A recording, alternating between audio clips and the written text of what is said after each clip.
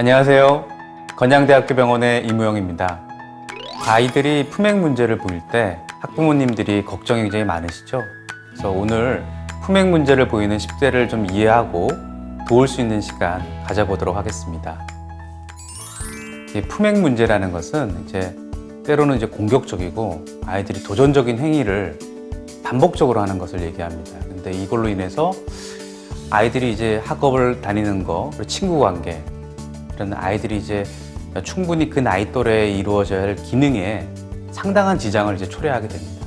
그래서 어떨 때는 타인에 대해서 기본적인 권리를 침해하기도 하고, 학교에서나 그리고 사회에서 용납되지 않은 행동을 지속하기도 합니다.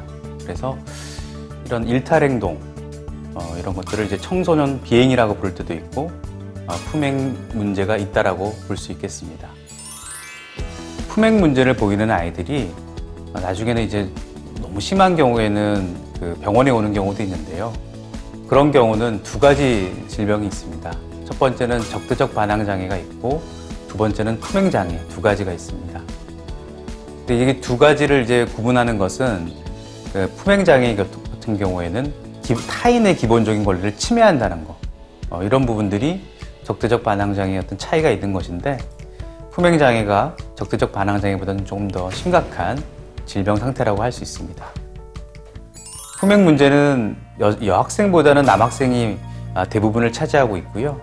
그리고 낮은 경제적 수준이라든가 대도시에서 많이 발생하고, 부모님이 반사회적 인격이 있거나 때로는 알코올 중독이 있을 경우에 많이 발생하기도 합니다.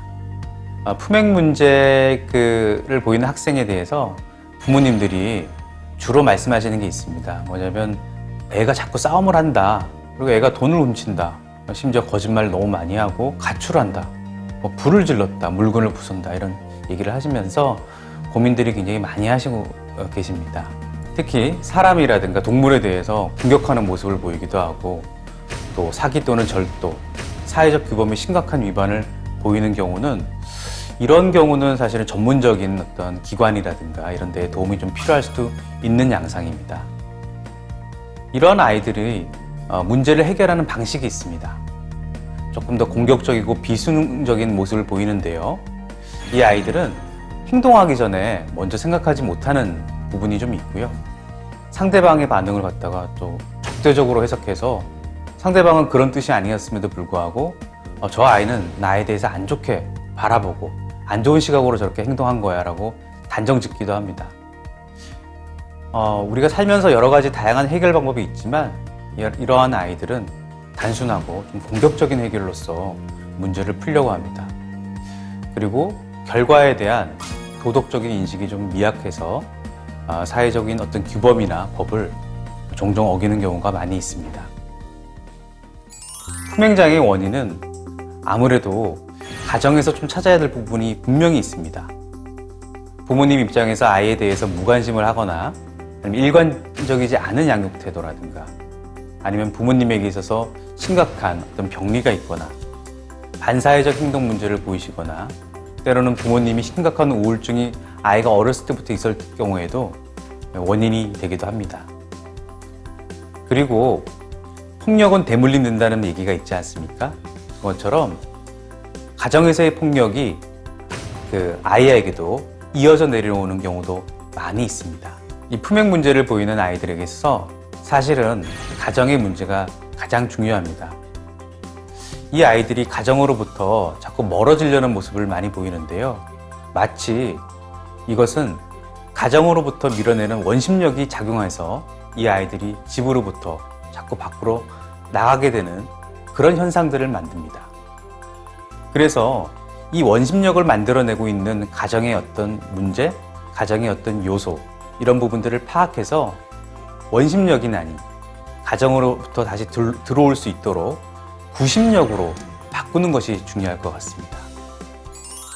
품행 문제가 있는 자녀들과의 관계에서 원칙을 제가 말씀을 좀 드리겠습니다. 아이들과 관계를 맺기가 굉장히 쉽지 않은데요.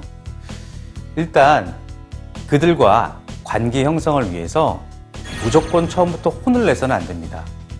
일단은 그 아이들이 나름대로 그 문제를 해결하는 방식이라는 것을 부모님들이 인정을 하고 존중과 수용과 공감을 좀 실천을 해야 됩니다.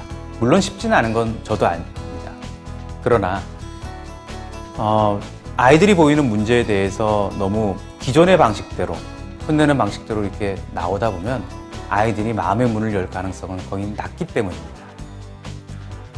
때로는 아이들이 과도한 요구를 할 때가 있습니다. 터무니없는 용돈을 달라고 한다든가 게임 아이템을 사기 위해서 무리한 요구를 한다든가 이런 거에 대해서는 분명한 한계 설정이 있어야 합니다. 아무래도 이제 청소년이다 보니까 행동화로 어떤 문제를 해결하는 경향이 좀 있는데요. 만약에 행동화를 보이는 아이들의 요구사항을 들어주게 되면 그 행동은 강화가 됩니다. 가령 물건을 부셔가지고 부모님한테 어떤 요구를 했습니다. 부모님이 너무 놀래서 그 아이의 뜻을 들어주게 되면 이 아이는 물건을 부수니까 이렇게 쉽게 해결이 되는구나 라고 그 행동이 추후에도 강화가 되는 양상을 나타나게 됩니다. 그래서 그 행동이 잘 바뀌어지지 않습니다. 그렇기 때문에 부모님들이 아이의 그 과도한 것에 대해서는 분명한 한계 설정을 하는 것이 필요합니다. 만약에 아이들이 심각한 행동화 양상으로서 폭력을 할 때가 있습니다. 이런 부분에 있어서는 사실 가족 모두가 다칠 수가 있습니다. 물론 아이들이 좀 어린 중학교 1, 2학년 때까지는 아버님이 좀 힘이 있기 때문에 아버님이 좀 제압이 될 때도 있지만 아이들이 고등학교 1학년, 2학년 넘어가게 되면요. 아이들이 힘이 세집니다. 그러면서 아버님도 나이가 들기 때문에 힘이 점점 약해지죠. 그래서 폭력이 심한 양상일 때는 부모님께서 직접 제압을 하려고 하시다가 큰 사고가 나실 때도 있습니다. 그럴 때는 경찰이라든가 이런 공권력을 조금 도움을 받는 것이 필요할 수도 있습니다. 가족이 일이기 때문에 공권력을 동원한다, 경찰을 부른다는 거에 대해서 많이 망설여지는 것도 사실입니다. 쉽지 않을 거라는 것도 저도 알고 있습니다. 그러나 가족 구성원의 힘으로만 부족할 때는 그런 공권력을 통해야지만 가족 및 학생의 다치지 않고 그런 신변 안전을 꾀할 수가 있기 때문입니다. 이런 문제가 계속 나타날 때 언제 전문가를 찾을 것인가 말씀을 좀 드리겠습니다. 아이의 행동 문제가 너무 심각하게 반복적으로 나타날 때, 그리고 가출을 계속 반복해서 가출로 인해서 그 법적인 문제를 발생하는 위험이 있을 때 전문가를 찾는 게 좋겠습니다. 부모 자녀 관계가 더 이상은 이제 해결할 수 없을 정도로 악순환에 이제 고리에 있을 때는 그때도 도움이 필요합니다. 혹시라도 아이가 식사, 수면, 기분 등에 큰 변화가 있어서 우울증이든 조울증이든 심각한 정신장애가 있을 가능성이 있으면 이런 약물치료를 도움을 받기 위해서라도 전문가를 찾는 게 좋습니다. 자해 행동을 보인다든가 과격하고 난폭한 행동을 한다든가, 그리고 비행 청소년 집단과 어울리면 문제 행동이 너무 심각할 때는 전문가를 찾아가서 다각적인 치료 프로그램을 필요로 하는 경우가 있습니다. 가족들이 전문가에게 찾아오게 되면 일단 기능적인 어떤 가족 치료 접근이 필요합니다.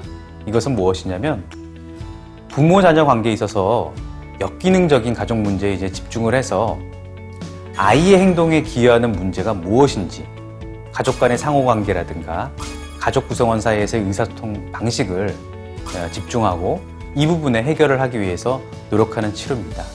이러한 치료들이 도움이 될 수 있겠습니다. 지금까지 품행 문제를 보이는 그 아이들과 관련해서 제가 어떻게 좀 도움을 줄 수 있을지에 대해서 얘기 나눴습니다. 아마 그런 아이들이 집에 있는 부모님들 많이 답답하시죠? 저도 병원에서 진료를 보다 보면 그분들의 마음이 잘 알게 됩니다. 때로는 포기하고 싶어 하시는 부모님도 많이 봤습니다. 그러나 전문가의 도움을 받으셔서 하나하나 잘 코칭해 나가다 보면 얼마든지 아이들이 다시 집으로 돌아오고 좋은 모습을 보일 수 있는 경우도 있기 때문에 너무 희망을 버리지 마시고 전문가의 어떤 도움을 잘 받을 수 있도록 하셨으면 좋겠습니다. 랜선 위클래스는 학교 상담 선생님과 직접 만나지 않아도 화상으로 고민을 나눌 수 있습니다. 위기 학생들이 더 전문적인 개입을 받을 수 있도록 정신건강의학과 전문의 팀인 위닥터가 상담 선생님들에게 자문을 지원합니다.